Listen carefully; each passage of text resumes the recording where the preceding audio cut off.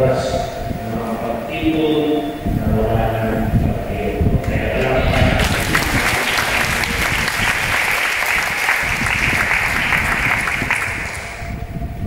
actually, parang naghihintay na ako ng tawag sa mga nag-organize para sa pintay at hindi na tulog. Wala nang natawag. Kaya, alam ko, nasa kayo nalituan na ang mangyayari ito ay signal na ang pagkakas tayo.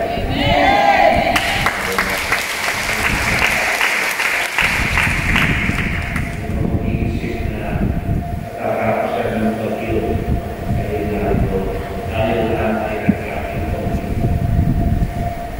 Alam natin na sa mga pagkakataon ito ay napakaraming mga pagsubok na tumarating. Sa punta sa pagdating ng pandemic na ito ng coronavirus, hindi naman natapos pa rin magkakakulang. Kanina na ay tumitigil sa mga post sa Facebook ay nagsabi na hindi pa masapat ang pagsubok ng 2020 meron. Sana na ang kontrol natin ito. Sana na mapipigilan natin. Pero wala iyon sa kontrol natin. Katulad ng nagpasimula ang pagbibilang ng mga tao pwede magsimula na ito sa bulan-bulan. Nakakahirap.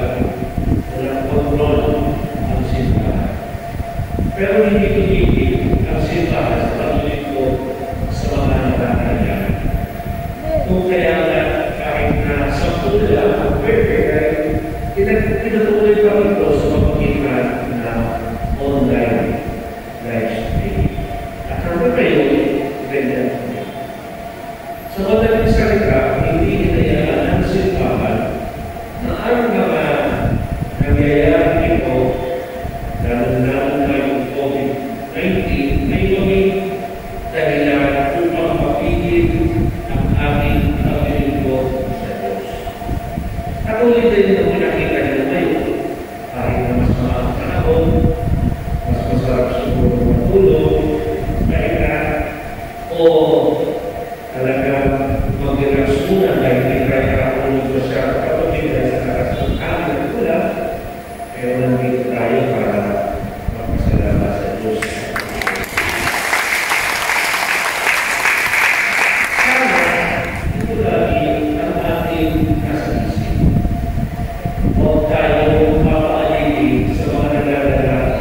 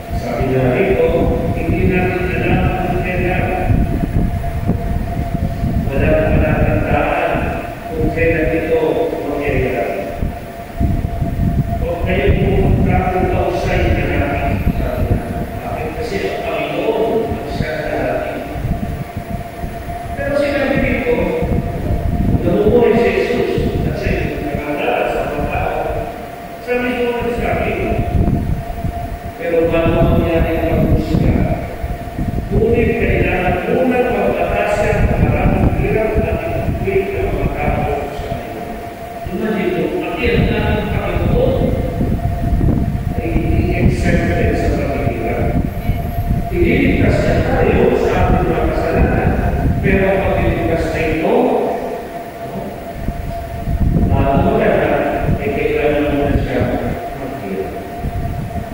Sa madaling salita, sino tayo para magreklamo sa mga hirap na dinadanas natin araw-araw kung ang Panginoon mismo ay talagang tumaman sa paghihirap at sa paghihirap.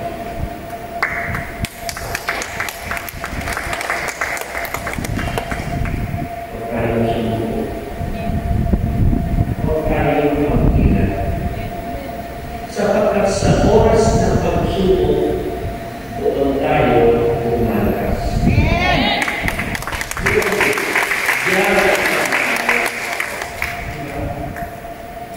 Sa buhay ng asawa, bakit ba mahal na mahal yung asawa mo? Kahit mo yung nakita mas mayaman kaysa sa kanya. Kahit nakita mas maganda o ako sa kanya. Hindi mo iniiwan kasi kahit na kayo sa oras ng paghihirap, hindi kanya iniiwan. Yan din ang sinasabi ng Diyos. Kapag ikaw ay naghirap, ako ay iiwan mo rin. Sinasabi niya, ang pagsubok ay darating. At sa pagsubok na ito, dito yung paramdam sa akin na hindi niyo ako iiwan. Para gawin kayo ng kailangan. Hindi man tayo nakikita ng mas lagi katulad ng dati. Pero humanap tayo ng paraan para makipahin ang ating pananampalataya. Dahil ako, ikaw, hindi natin alam kung ano pa tayo ng pananampalataya ng bawat isa sa atin. Ikaw lang nakakaalam. Kaya kung feeling mo, nangihina ka, gumawa ka ng paraan. Simple. Lahat tayo nagulong. Pero hindi lahat. Pare-pareho mo. Siguro hindi ka sabi dito na mas gusto. Ako gusto pa. Ikaw ko. Pero hindi lahat kakain ng pare-pareho. Yung iba mas hindi kumain ng mas marami kasi mas gusto. At hindi ko malalaman mo unless sasabihin mo. At hindi mo meron unless kaaminin mo sa sarili mo gutom ka, kailangan mo kumain. Pero din ang sinasabi sa atin sa pananampalataya. Nakukuha ka, nangangahirap ka, gumawa ka ng paraan. Dahil ang mga kapit mo sa Exodus, hindi mo alam kung nakakailangan ka, alis magsasabi ka. At mangyayari ka yun, naaaminin mo sa sarili mo. Nalutog ka, nangangahirap ka sa Holy Spirit. Kaya nasa pagkakataon ito, tayo mga kailangan ko, hindi dahil malakas tayo, hindi dahil tayo hindi apektado ng bagyo. Naapektuhan din tayo, mas matuloy natin siguro sa ito. Pero naapektuhan tayo.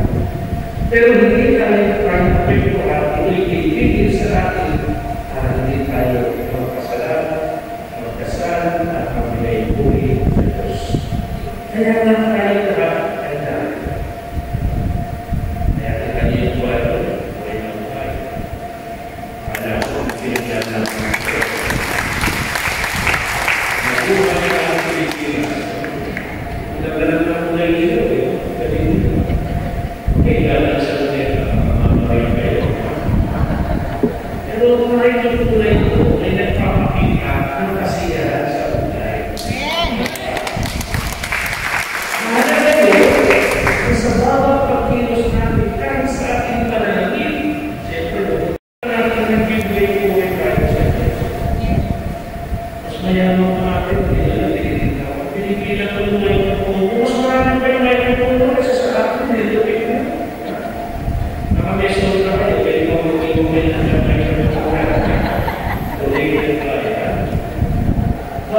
Kasi gusto nyo maganda ang pagkakaroon, maganda ang pagkakaroon. Isa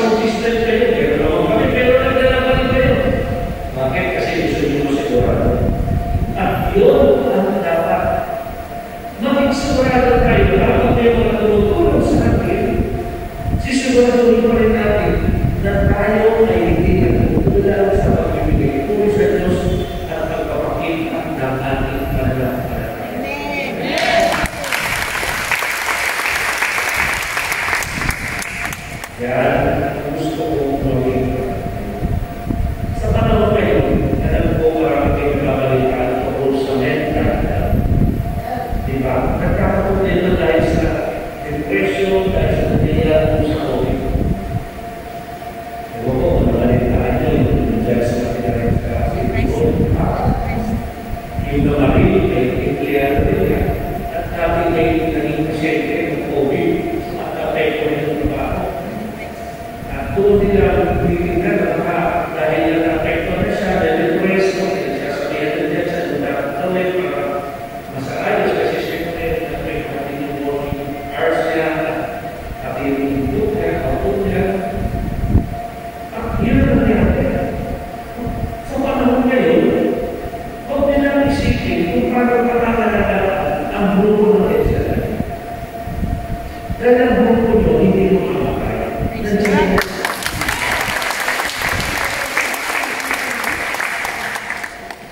Ay, mo malaki.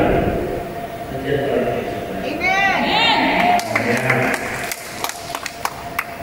Pero yung EDSA na nandiyan na, pero kayo kayo ko wala. Amen! Kayo mo malaki.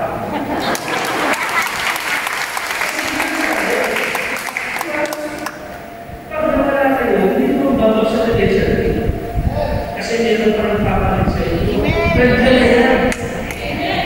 Eh, sino bubuhay ka? Kayo. Ikaw. Kaya ibig sabihin, huwag lang yung pangalagaan ng isa tayo. Pangalagaan mo rin ang mga tao kasama mo sa bahay. Ang mga kasama sa trabaho, ang kapit-bahay. Ito ang hiningi sa akin ngayon dahil hindi kayo magkita-kita ng mas malilim kaysa ng tayo. Kaya yung ating gawain ay hindi rin kailangan matapos. Hindi na pala nakikita sa exam mo, o di mo na, bahay na naman. I-online na lang, wala na naman, o di mo. Ito yung sitwasyon mo, pero hindi ka na tumigil sa paggawa ng mga. Yan ang gusto kong maging katapos.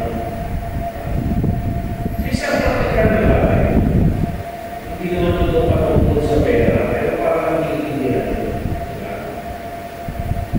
Nung nagkaroon ng pandemya, wala ng isa. Nagkaroon na, kunti lang ang pwede ng isa. Ang koleksyon, napekwa. Pero hindi dahil wala ng koleksyon, titigil ang kuryente, titigil ang tubig, titigil ang sweldo. Kahit na kayo hindi magsimba, may kuryente, may tubig, may pasweldo, nadaanan ka. Ibig sabihin, kailangan gumawa ng paraan para masuspendo ka takbo ng simbahan. Gagawa ng paraan. Ganun din kayo. Nagkaroon ng pandemya, maraming usual na ginagawa namin natin, hindi na magagawa ngayon. Pero hindi titigil. Kasi meron pa rin gawain. Pagpapabuti sa buhay natin at sa buhay ng iba, hindi siya natin. Maraming hindi ito magawa bilang isang grupo kasi hindi na tayo magkasama-sama. Katulad ng dati. Pero sinasabi, paggawa ng mabuti ay dapat gampanan. Hindi dahil wala na magsisimba, hindi naman pwede sabihin sa grado, hindi kami nagbabayad ng kuryente. O sasabihin sa kailan, hindi kami magbabayad ng tubig. Hindi, tuloy pa rin. Kahit hindi kayo nagpinisa, tuloy pa rin ang kami. Kahit hindi kayo nakikita kita sa lahat, tuloy pa rin ang gawa ng mabuti. So, tayo,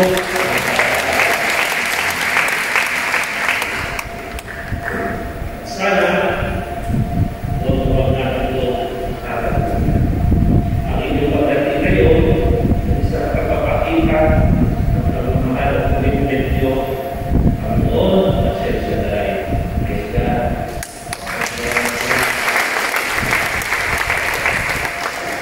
Kaya sa nangyari kayo, hindi na tumaga, napakalilig sa amin. Hindi na kami. Kaya kami, magulan. Pwede tayo mga dahilan. Kaya lahat ng dahilan na yan, hindi lang pas mo, sinuspiriti